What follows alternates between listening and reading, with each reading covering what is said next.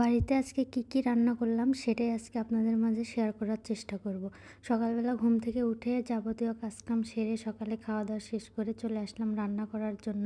Fridge থেকে মাছ বের করে সেগুলোকে ভিজিয়ে দিলাম। তারপরে কুমড় দিয়ে যেহেতু মাছ রান্না করব তো তরকারি ভালোভাবে কেটে নিলাম। কাটার পরে মাছগুলো ভিজিয়ে রেখেছিলাম বরফ ছাড়ার জন্য। তো বরফ যখন ছেড়ে গেল ভালোভাবে লবণ দিয়ে ধুয়ে নিলাম। পাঙ্গাস মাছ দিয়ে আজকে কুমড়ো রান্না করব। আমাদের বাড়িতে পাঙ্গাস মাছটা বেশি কিনা হয়, আমার অতটা ভালো লাগে না, কিন্তু তারপরেও অন্য সবাই আছে, অন্য সবাই খায়, এই জন্য পাঙ্গাস মাছটাই বেশি কেনা হয়। তো মাছটা ভালোভাবে লবণ দিয়ে ধুয়ে নেওয়ার পর এবারে তরকারিগুলোকে ভালোভাবে ধুয়ে নিব। তো কুমড় দিয়ে যেহেতু রান্না করব তো কুমড়গুলো পিস পিস করে কেটে নিয়েছিলাম, সেগুলো একটু ভালোভাবে 2-3 বার ধুয়ে নিলাম। কুমড় দিয়ে মাছ রান্না করলে অনেক ভালো লাগে, কুমড় দিয়ে ভেজে যদি মাছ রান্না করা হয়। তো তারপরে মাছ ভেজে নেওয়ার জন্য মাছের ভিতরে একে একে লবণ, গুঁড়া মরিচ, হলুদের গুঁড়া, ঝালের গুঁড়া সব কিছু ভালোভাবে দিয়ে মাখিয়ে নিলাম। এভাবে মাছ ভেজে রান্না করে খেলেই আমার বেশি ভালো লাগে, না ভাজলে কেমন জানি লাগে।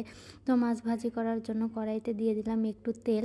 তেলগুলো গরম হতে হতে এদিকে তরকারি চড়াবো। তো আমি ছোট্ট এই মিনি রাইস কুকারটাতে মাঝে মাঝে রান্না করি, তো সেখানেই রান্না করার জন্য রাইস কুকারের লাইনটাও দিয়ে দিলাম। এইদিকে কড়াইতে তেল ভালোভাবে গরম হওয়ার পর মাছগুলো দিয়ে দিলাম। এদিকে রাইস কুকারও গরম হওয়ার পর তার ভিতরে পেঁয়াজ এবং কাঁচামরিচ কুচিগুলো দিয়ে দিলাম। একটু তেল দিয়ে ভালোভাবে নাড়াচাড়া করে নিলাম।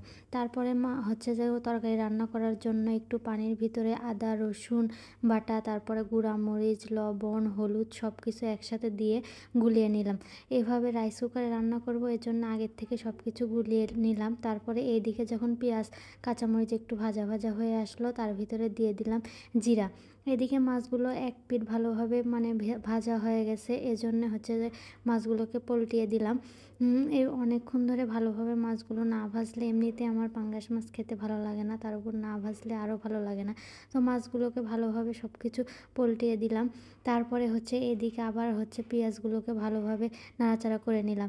এগুলো ভাজা হওয়ার পর যে গলিয়ে রাখছিলাম মশলাগুলো সেগুলো সেই যে রাইস কুকারে দিয়ে দিলাম।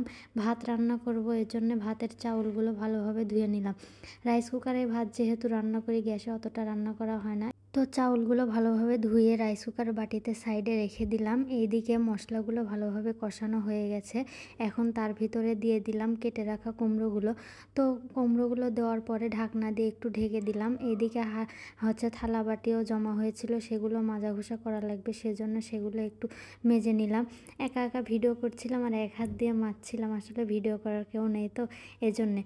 তারপরে সেগুলোকে ভালোভাবে উপর করে দিয়ে দিলাম শুকানোর জন্য। তারপরে জায়গাটা একটু নোংরা হয়েছিল, সেগুলো ভালোভাবে পরিষ্কার করে নিলাম।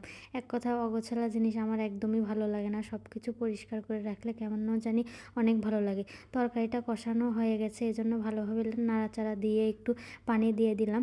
এখন দিয়ে দিব মাছগুলো দেওয়ার পর কিছুক্ষণ জাল করে নামিয়ে নিলেই হয়ে যাবে।